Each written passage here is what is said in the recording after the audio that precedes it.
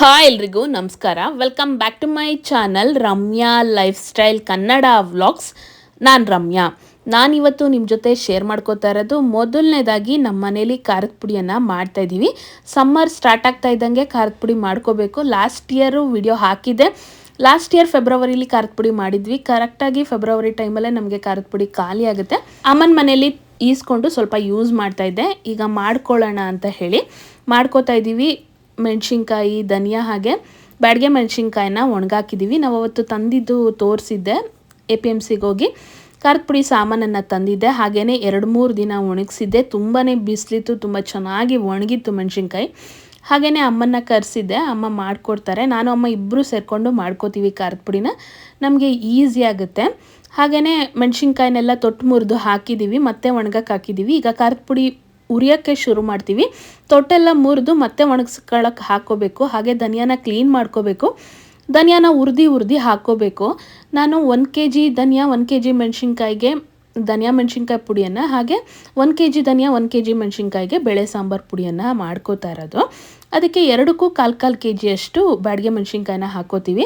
ನಾವು ತುಂಬ ಬ್ಯಾಡಗೆ ಮೆಣಸಿನ್ಕಾಯಿನ ಹಾಕೋದಿಲ್ಲ. ಹಂಗೂ 1 kg ಬ್ಯಾಡಗೆ ಮೆಣಸಿನ್ಕಾಯಿ ತಂದಿದ್ದೀನಿ ಬೇರೆ ಪುಡಿ ಮಾಡ್ಕೊಳ್ಳೋದಕ್ಕೋಸ್ಕರ. ಆದರೆ ಈಗ ಸದ್ಯದಲ್ಲಿ ಮಾಡ್ಕೊಳಕ್ಕಾಗಿಲ್ಲ. ನಾವು ಯಾವಾಗಲೂ ಮಾಡ್ಕೋತಾ ಇದ್ವಿ. ವಾಂಗಿಬಾತು, ಬಿಸಿಬೇಳೆಬಾತು ಎಲ್ಲ ಒಟ್ಟಿಗೆ ಮಾಡ್ಕೋತಾ ಇದ್ವಿ. ಈ ಸಲ ಆಗಲ್ಲ ಅಂತ ಹೇಳಿ ಬರೀ ಧನಿಯಾ ಮೆಣಸಿನ್ಕಾಯಿ ಪುಡಿ ಹಾಗೆ ಬೇಳೆ ಸಾಂಬಾರು ಪುಡಿಯನ್ನು ಮಾಡ್ಕೊಂಡಿದ್ದೀವಿ. ಮೊದಲನೇದಾಗಿ ಕಡಲೆಬೇಳೆ, ಉದ್ದಿನ ಬೇಳೆಯನ್ನು ಹುರಿದು ಹಾಕ್ಕೊಂಡಿದ್ದೀವಿ. ಧನಿಯಾನ ಹುರಿದು ಫಸ್ಟ್ ಹಾಕೋತೀವಿ. ಲಾಸ್ಟಲ್ಲಿ ಮೆಣಸಿನ್ಕಾಯಿನ ಹುರ್ಕೋತೀವಿ. ಮೆಣಸಿನ್ಕಾಯಿ ಸ್ವಲ್ಪ ಬಿಸಿ ಮಾಡಿಕೊಂಡ್ರೆ ಸಾಕು.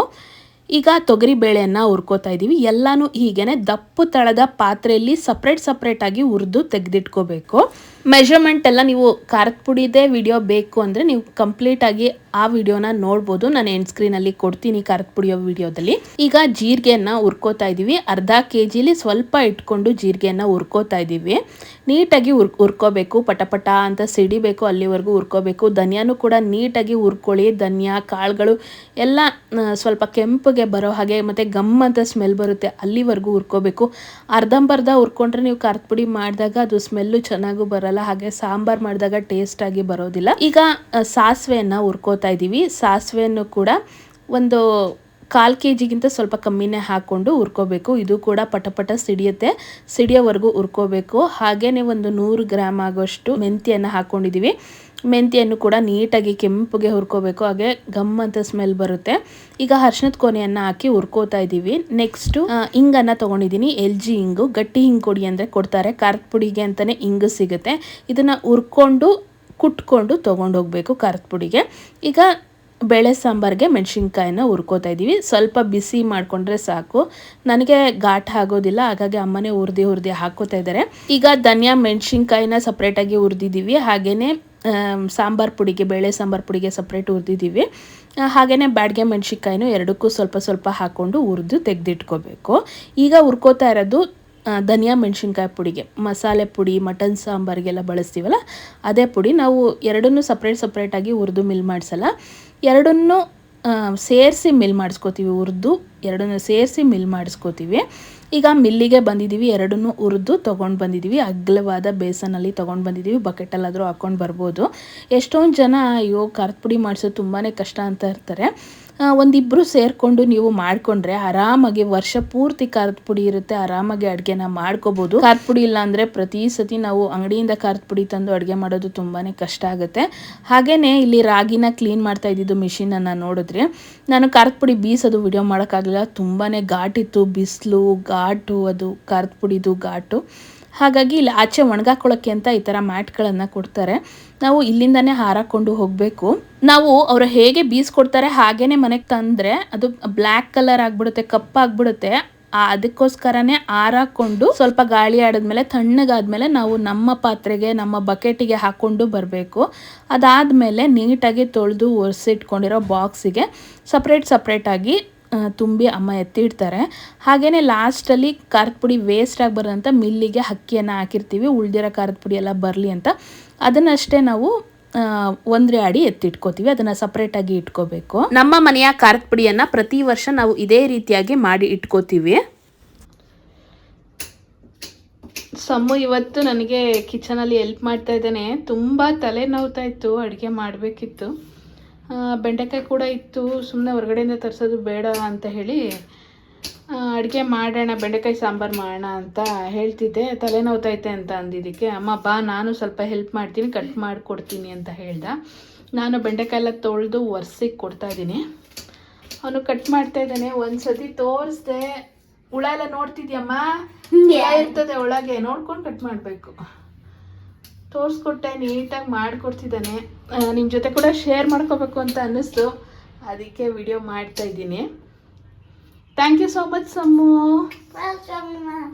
ಹಿಂಗೆ ಹೆಲ್ಪ್ ಮಾಡ್ತಿರ್ತೀಯ ಅಮ್ಮಂಗೆ. Thank you. ಆ್ಯಕ್ಚುಲಿ ಅವನಿಗೆ ನಾಳೆ ಎಕ್ಸಾಮ್ ಇದೆ, ಓದ್ಕೊತಿದ್ದ, ಅವನಿಗೆ ಓದಿಸ್ತಿದ್ದೆ, ಹಾಗೆ ತಲೆನೋವು ಕೂಡ ಇತ್ತು. ಬಾ ಅಮ್ಮ ಇಬ್ಬರು ಸೇರ್ಕೊಂಡು ಅಡುಗೆ ಮುಗಿಸ್ಬೇಡ ಅಂತ ಹೇಳಿ ಮಾಡ್ತಿದ್ದಾನೆ. ನೋಡಿ ಇವರು ಯಾವ ಸೀಮೆ ಅಪ್ಪ ಮಗ ಅಂತ ಗೊತ್ತಿಲ್ಲ, ಡೇಲಿ ಇದೇ ಥರ ಜಗಳ ಆಡ್ತಾರೆ, ಫೈಟಿಂಗ್ ಮಾಡ್ತಾರೆ. ನೀನು ಕರಾಟೆ ಸೇರಿಸಿರೋದು ಪಪ್ಪಂಗೆ ಹೊಡ್ಯಾಕ, ಪಪ್ಪಂಗೆ ಮಾಮಂಗೆ ಎಲ್ಲರಿಗೂ ಹೊಡಿತೀಯಲ್ಲ. ಫೋನ್ ಆನ್ ಮಾಡಿದ್ದೀನಿ, ಕ್ಯಾಮ್ರಾ ಆನ್ ಮಾಡಿದ್ದೀನಿ, ನಿಂಗೆ ಗೊತ್ತಾಗ್ತಾ ಇಲ್ವಾ? ಆಡು ಆಡು, ಜಗಳ ಆಡು, ಎಲ್ಲರೂ ನೋಡ್ತಾರೆ. ನೀನು ರೀ ಕರಾಟೆ ಬಿಡಿಸಿ ಅನ್ನ ಫಸ್ಟ್.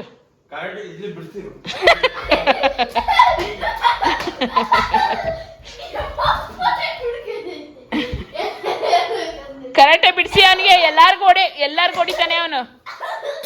ಉಜೋ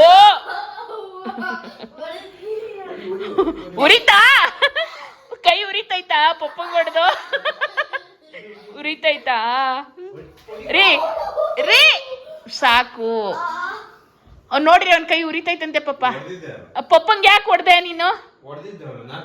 ನೋಡಿ ಅವ್ನ ಕೈ ಆಯ್ತು. ಅವಾಗ್ಲೂ ಒಂದ್ಸತಿ ಬಿದ್ದ ಪಪ್ಪ, ಅದು ನೋಡ್ಲಿಲ್ಲ ನೀವು. ಹೊಡೆದೇ ಇಲ್ಲ ನೀನು. ನೀವು ನೋಡ್ರಿ ಅವ್ನ ಏನಾಯ್ತವ?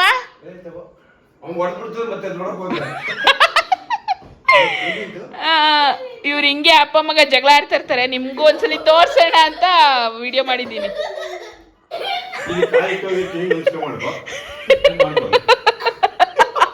ಪಪ್ಪನ ಕಾಲು ನಮಸ್ಕಾರ ಮಾಡ್ಕೊ. ಮಾತೃದೇವೋಭವ ಪಿತೃದೇವೋಭವ ಅಂತ ಇಲ್ಲಿ ಸುಮ್ಮನೆ ಕೈಯಲ್ಲಿ ರೈಟ್ ಹ್ಯಾಂಡಲ್ಲಿ ಟಚ್ ಮಾಡ್ಬಿಟ್ಟು ನಮಸ್ಕಾರ ಮಾಡ್ಕೊ. ನಮಸ್ಕಾರ ಮಾಡ್ಕೋಬೇಕು. ರೀ ನಮಸ್ಕಾರ ಮಾಡ್ಕೋ ಚಿನ್ನಮ್ಮ, ಮಾಮಿ ಪಪ್ಪ ಮಾಮಿ ಹಂಗೆಲ್ಲ ಮಾಡಬಾರ್ದು. ನಮಸ್ಕಾರ ಮಾಡ್ಕೊ, ನಮಸ್ಕಾರ ಮಾಡ್ಕೊ. ರೀ ರೀ ಅವನಿಗೆ ಸಾರಿ ಹೇಳಿ ನೀವೀಗ, ಸಾರಿ ಹೇಳ್ರಿ. ಅವ್ನಿಗೇನ್ರಿ ಅಳ್ತು, ಅಯ್ಯೋ ಅಳಕ್ ಶುರು ಮಾಡ್ತಾನೆ ಈಗ ಅವನು. ಒಂಚೂರು ಏನು ಜಾಸ್ತಿ ಮಾಡಂಗಿಲ್ಲ, ಅಳಕ್ ಶುರು ಮಾಡ್ಕೊತಾನೆ. ಸಮ್ಮು ಗ್ರೀನ್ ಬೆಲ್ಟ್ ಯಾರು ಕೊಟ್ಟಿದ್ದು? ಪಪ್ಪಂಗ ನಿಂಗ? ಟೈಮ್ ನೋಡಿ 12 o'clock ಆಯಿತು. ಇನ್ನೂ ಇವ್ರಿಗೆ ಮಲ್ಗಕ್ಕೆ 11:45 ಆಗಿದೆ. 12 ಆದರೂ ಇನ್ನೂ ಇವ್ರಿಗೆ ಮಲ್ಗಕ್ಕೂ ಮನ್ಸಾಗಿಲ್ಲ. ನಾಳೆ ಸಂಡೇ ರಜಾನ ರೀ? ನಾಳೆ ರಜಾ ಅಂತೆ. ಫೈಟಿಂಗ್ ಎಲ್ಲ ಆದ್ಮೇಲೆ ಈ ಥರನ ಕಾಂಪ್ರಮೈಸ್ ಆಗದ್ ನೀವು ಇಬ್ರು?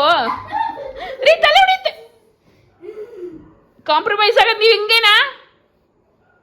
ಯಾವ ಥರ ಅಪ್ಪ ಮಗನಪ್ಪ ನೀವು? ಅಯ್ಯೋ ಪಪ್ಪ ಈಗ ಊಟ ಮಾಡೈತೆ, ನೀನೇನು ಹಿಡ್ಕೊಂಡೋಗು. ಪಪ್ಪಂಗೆ ಸಾರಿ ಹೇಳು ಒಂದ್ಸಲಿ.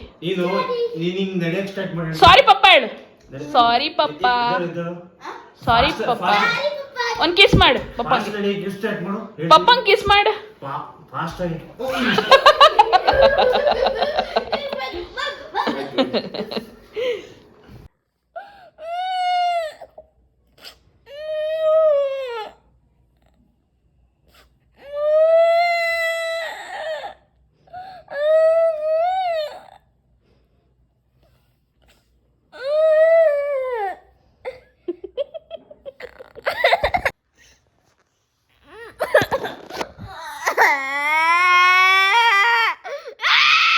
ಹಾಗೇನೆ ಅಪ್ಪ ಮಗ ಜಗಳ ಆಡಿದ್ದು, ಕಾಂಪ್ರಮೈಸ್ ಆಗಿದ್ದು ನೋಡಿದ್ದೀರಾ. ಹಾಗೆ ಸಮ್ಮು ಸ್ಕೂಲಿಗೆ ಹೋಗುವಾಗ ಒಂದು 1.5-2 hours ಓದ್ಕೊಂತಾನೆ ಮನೇಲಿ. ಈಗ ಎಕ್ಸಾಮ್ ಇರೋದ್ರಿಂದ ರಜಾನೆ ಕೊಟ್ಟಿರ್ತಾರೆ. ನಾನು ಯಾವಾಗ್ಲೂ ಓದು ಅಂತ ಹೇಳ್ತಿರ್ತೀನಲ್ಲ, ಅದಕ್ಕೆ ನನ್ನ ಮೇಲೆ ಕೊಪ್ಪಿಸ್ಕೊಂಡು ಜಗಳ ಮಾಡ್ತಿದ್ದ. ಹಾಗೇನೆ ನಾವು ಅವತ್ತೊಂದು ಸೇಲಿಗೆ ಹೋಗಿದ್ವಿ, ಹೇಳಿದ್ದೆ. ಅಲ್ಲಿಂದ ನಾವು ಇದು ಎಳ್ನೀರು ಓಪನರ್ದು ಒಂದು ತಗೊಂಡ್ ಬಂದಿದ್ವಿ. ತುಂಬಾನೇ ಚೆನ್ನಾಗಿ ಯೂಸ್ ಆಗುತ್ತೆ. ಆದ್ರೆ ಸ್ವಲ್ಪ ಎಳೆದಾಗಿರ್ಬೇಕು ಕಾಯಿ, ತುಂಬಾ ಬಲ್ತಿದ್ರೆ ಓಪನ್ ಆಗೋದಿಲ್ಲ. ನೀಟಾಗಿ ಓಪನ್ ಆಗುತ್ತೆ. ಸಮ್ಮು ಕೂಡ ಓಪನ್ ಮಾಡ್ಬೋದು, ಅಷ್ಟು ಈಸಿಯಾಗಿ ಆಗುತ್ತೆ. ತುಂಬಾ ಬಲ್ತಿರೋ ಕಾಯಿನ ಓಪನ್ ಮಾಡೋದಕ್ಕೆ ಆಗೋದಿಲ್ಲ. ತುಂಬ ಚೆನ್ನಾಗಿ ಓಪನ್ ಆಯಿತು. ಹಾಗೇನೆ ಓಪನ್ ಆಗಿದ್ಮೇಲೆ ಸ್ಟ್ರಾ ಹಾಕೊಂಡು ಆರಾಮಾಗಿ ಕುಡಿಬೋದು. ನಾವೇ ಮನೇಲಿ ಓಪನ್ ಮಾಡ್ಕೊಂಡು ಕುಡಿಬೋದು. ಮನೇಲಿ ಎಳ್ನೀರನ್ನ ತಂದಿಟ್ಕೊಂಡ್ರೆ ಯಾವಾಗ ಬೇಕಾದ್ರೂ ಓಪನ್ ಮಾಡ್ಕೊಂಡು ಕುಡಿಬೋದು. ಇದಂತೂ ತುಂಬಾನೇ ಯೂಸ್ಫುಲ್ ಅಂತ ಹೇಳ್ಬೋದು. 100 ರುಪೀಸ್ ಏನೋ ಕೊಟ್ವಿ. ನೆಕ್ಸ್ಟ್ ಇದು ವಾಟರ್ ಸ್ಪ್ರೇ ಇದೊಂದು ತಗೊಂಡ್ವಿ, ವಾಶ್ ಮಾಡ್ಕೊಳಕ್ಕೆ, ಕಾರ್ ವಾಶ್ ಮಾಡಕ್ಕೆ, ಬೈಕ್, ಗಾಡಿ, ಸೈಕಲ್ ಎಲ್ಲ ವಾಶ್ ಮಾಡೋದಕ್ಕೆ. ಇದು ಹೆಲ್ಪ್ಫುಲ್ ಐಟಮ್ ಅಂತಾನೆ ಹೇಳ್ಬೋದು. ಇದಕ್ಕೆ ನಾವು 200 ರುಪೀಸ್ ಏನೋ ಕೊಟ್ಟಿದ್ದು. ತುಂಬಾನೇ ಚೆನ್ನಾಗಿ ಯೂಸ್ ಮಾಡುತ್ತೆ ಮತ್ತೆ ನೀರನ್ನ ತುಂಬಾನೇ ಕಮ್ಮಿ ತಗೊಳುತ್ತೆ. ನೀರು ತುಂಬ ವೇಸ್ಟ್ ಆಗೋದ್ರಿಲ್ಲ ಇದನ್ನು ಯೂಸ್ ಮಾಡೋದ್ರಿಂದ. ನಾವು ಮಗ್ಗಲ್ಲಿ ನೀರು ಹಾಕೊಂಡು ತೊಳೆದ್ರೆ ತುಂಬ ನೀರು ವೇಸ್ಟ್ ಆಗುತ್ತೆ. ಇದನ್ನು ಬಳಸೋದ್ರಿಂದ ನೀರು ಜಾಸ್ತಿ ವೇಸ್ಟ್ ಆಗೋದಿಲ್ಲ. ಹಾಗೆಯೇ 7 ಥರ ಸ್ಪ್ರೇಗಳು ಬರುತ್ತೆ. ಒಂದೊಂದು ಥರ ನೋಡ್ತಾ ಇದ್ದೀರಾ. ಶವರ್ ಥರ ಬರುತ್ತೆ, ಸ್ಪೀಡಾಗಿ ಬರುತ್ತೆ. ಇದೇ ಥರ 7 ಥರ ಕೊಟ್ಟಿದ್ದಾರೆ. ನಮಗಂತೂ ತುಂಬಾನೇ ಯೂಸ್ ಆಯಿತು ಗಾಡಿಗಳನ್ನು ವಾಶ್ ಮಾಡೋದಕ್ಕೆ. ಮತ್ತು ನಾವು ಕಾರನ್ನು ಮನೇಲೇ ನಾವು ಜಾಸ್ತಿ ವಾಶ್ ಮಾಡ್ಕೋತಾ ಇರ್ತೀವಿ. ಕ್ಲೀನಿಂಗಿಗೆ ಕೊಡೋದು 2 or 3 months ಆ ಥರ ತುಂಬಾ ಕ್ಲೀನ್ ಮಾಡಬೇಕು, ಮತ್ತು ಡೀಪ್ ಕ್ಲೀನ್ ಮಾಡಬೇಕು, ಒಳಗೆಲ್ಲ ಕ್ಲೀನ್ ಮಾಡಬೇಕು ಅಂದಾಗ ಮಾತ್ರ ನಾವು ಕಾರನ್ನು ವಾಶಿಗೆ ಕೊಡೋದು. ಇದನ್ನು ತಂದಿದ್ದು ನಮಗೆ ತುಂಬಾ ಹೆಲ್ಪ್ ಆಯಿತು. ನೀಟಾಗಿ ವಾಶ್ ಮಾಡ್ಕೋಬೋದು ನಮ್ಮ ವೆಹಿಕಲ್ಸನ್ನು. ಹಾಗೆಯೇ ಇದೊಂದು ಹೆಡ್ ಮಸಾಜರು, ಇದಂತೂ ತುಂಬಾ ವರ್ಷದಿಂದ ಇದೆ. ಇದೇನು ಸ್ಪೆಷಲ್ ಆಗಿ ನಾನು ತೋರಿಸ್ಬೇಕಂತ ಏನಿಲ್ಲ. ಸಮ್ಮು ಏನಾದರೂ ತಗೋಬೇಕಲ್ಲ, ಅವನಿಗೊಂದು ಟಾಯ್ ತಗೋಬೇಕಾಗಿರ್ತಿತ್ತು. ಹಾಗಾಗಿ ಇದನ್ನು ತಗೊತೀನಿ ಅಂತ ಅಂದ. ಆಯ್ತು ತಗೊಳಪ್ಪ ಅಂತ ಹೇಳಿ ಅದೊಂದು ತಗೊಂಡ್ವಿ. ಮತ್ತೆ ಇದು ಚಾಕು ಶಾರ್ಪ್ ಮಾಡೋದು. ನಾವು ಪ್ರತಿ ಸತಿ ಶಾರ್ಪ್ ಮಾಡೋರ್ನ ಕಾಯ್ಕೊಂಡು 20-30 ಕೊಟ್ಟು ಶಾರ್ಪ್ ಮಾಡಿಸೋ ಅವಶ್ಯಕತೆ ಇಲ್ಲ. ಈ ಥರ ನಾವು ಮನೇಲೆ ಒಂದು ತೆಗೆದಿಟ್ಕೊಂಡ್ರೆ ನಮಗೆ ಯಾವಾಗ ಬೇಕೋ ಆಗ ಚಾಕುನ ಶಾರ್ಪ್ ಮಾಡಿಕೊಂಡು ನಾವು ಯೂಸ್ ಮಾಡ್ಕೋಬೋದು. ತುಂಬ ಚೆನ್ನಾಗಿ ಯೂಸ್ ಆಗುತ್ತೆ, ತುಂಬ ಚೆನ್ನಾಗಿ ಶಾರ್ಪ್ ಕೂಡ ಮಾಡುತ್ತೆ. ಹಾಗೆ ಆನ್ಲೈನಲ್ಲೂ ಕೂಡ ಇದೆ, ನೀವು ಅಲ್ಲೂ ಬೇಕಾದರೆ ಪರ್ಚೇಸ್ ಮಾಡ್ಬೋದು. ಈ ವಿಡಿಯೋ ಹೇಗಿತ್ತು ಅಂತ ಕಮೆಂಟ್ ಮಾಡಿ ತಿಳಿಸಿ. ಈ ವಿಡಿಯೋ ನಿಮ್ಗಿಷ್ಟ ಆದರೆ ನನ್ನ ಚಾನಲ್ನ ಸಬ್ಸ್ಕ್ರೈಬ್ ಮಾಡಿ, ಪಕ್ಕದಲ್ಲಿರೋ ಬೆಲೈಕನ್ನ ಕ್ಲಿಕ್ ಮಾಡಿ ಆಲ್ ಅಂತ ಸೆಲೆಕ್ಟ್ ಮಾಡಿ. ನಾನು ಯಾವುದೇ ವಿಡಿಯೋ ಹಾಕಿದ್ರೆ ನೋಟಿಫಿಕೇಶನ್ ಬರುತ್ತೆ. ನನ್ನ ವಿಡಿಯೋ ಇಷ್ಟ ಆದಲ್ಲಿ ಲೈಕ್ ಮಾಡಿ, ಶೇರ್ ಮಾಡಿ, ಕಮೆಂಟ್ ಮಾಡಿ, ಸಬ್ಸ್ಕ್ರೈಬ್ ಮಾಡಿ. ನೆಕ್ಸ್ಟ್ ವಿಡಿಯೋದಲ್ಲಿ ಸಿಗ್ತೀನಿ. ಖುಷಿಯಾಗಿರಿ. ನಮಸ್ಕಾರ.